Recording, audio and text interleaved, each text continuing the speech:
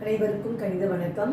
இப்போ பார்க்க போகிறது 8ஆம் வகுப்புக்குரிய கணக்கு பயிற்சி 1இல் 7. அதில் 20வது கணக்கு பார்க்க போகிறோம். சிறியதிலிருந்து பெரியது என வரிசைப்படுத்துக அப்படின்னு சொல்லி கொடுத்துருக்காங்க.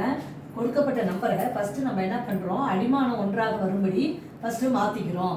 அப்புறம் சிறிய நம்பர்லேருந்து பெரிய நம்பருக்கு வரிசைப்படுத்தி எழுத போகிறோம். முதல் நம்பர் பாருங்கள், 16 அடுக்கு 25. இதை நான் என்ன செய்கிறேன் அப்படின்னா, 16 என்பது 2 அடுக்கு 4 அப்படின்னு எழுதலாம். 16 என்பதை 2 அடுக்கு 4. அப்புறம் வெளியில் என்ன இருக்குது, இந்த அடுக்கு 25 போட்டுக்கிறேன். இப்போ அடுக்குகள் இதே மாதிரி இருந்துச்சுன்னா ப்ராக்கெட் இருந்தால் அடுக்குகளை பெருக்க வேண்டும். அப்போ 2 4 25 100. முதல் நம்பரை நான் மாற்றிட்டேன். அடுத்து ரெண்டாவதாக கொடுக்கப்பட்ட நம்பர் என்ன, 8 அடுக்கு 100 அப்படின்னு இருக்கு. இந்த 8ஐயும் நான் என்ன பண்ணுறேன், 2 அடுக்கு 3ஆக எழுதிக்கிட்டு இந்த 100 அடுக்கு 100ங்கிறது ஹோல் பவரில் இருக்குது. ஈக்குவல் டு 2 அடுக்கு 3 100 பெருக்கினால் 300.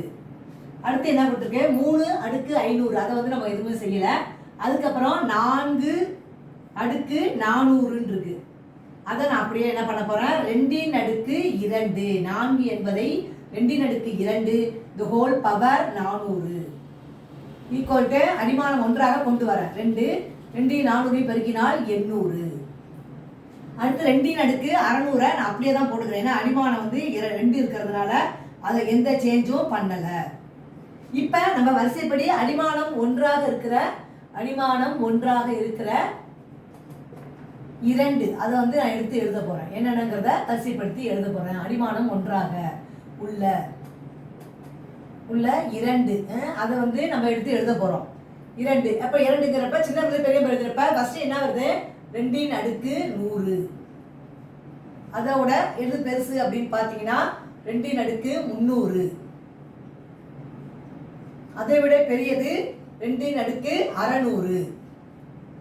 2 அடிமானம் மட்டும் எழுதிட்டு வரேன். அதுக்கு பிறகு 2 அடுக்கு 800. இப்போ கொடுக்கப்பட்ட 5 நம்பரில் 4 நம்பர் எழுதிட்டேன். விடுபட்ட நம்பர் என்ன, 3 அடுக்கு 500. 3 அடுக்கு 500 நம்ம ஒன்றுமே செய்யலை.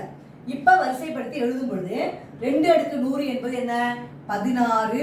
இப்போ தேவையான வரிசை அப்படின்னு போட்டுக்கிறோம். வரிசைப்படுத்தி சின்ன நம்பர்லேருந்து பெரிய நம்பருக்கு இந்த அடுக்குகள் எழுதும் பொழுது தேவையான வரிசை. முதல்ல வந்து 2 அடுக்கு 100 என்பது என்னவா இருக்கு, 16 அடுக்கு 25. அடுத்து 2 அடுக்கு 300 இருக்கு பாருங்க. அது இதுக்கு ஈக்குவலண்ட் 8 அடுக்கு 100.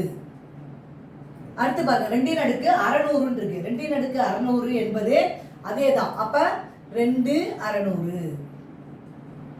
அதுக்கு பிறகு என்ன இருக்குன்னு பாத்தீங்கன்னா 3 இருக்கு, அப்புறம் 4 இருக்கு. அதனால நம்ம என்ன பண்ண போறோம், இதுக்கு இடையில 3 அடுக்கு 500 எழுதிக்கிறேன். கமா கடைசியா 2 அடுக்கு 800 என்பது என்ன கொடுத்துருக்கோம், 2 அடுக்கு 800 என்பது 4 அடுக்கு 400. இதுதான் வந்து சிறிய நம்பர்ல இருந்து பெரிய நம்பராக வரிசைப்படுத்தி எழுதியிருக்கிறோம். புரிஞ்சுங்களா?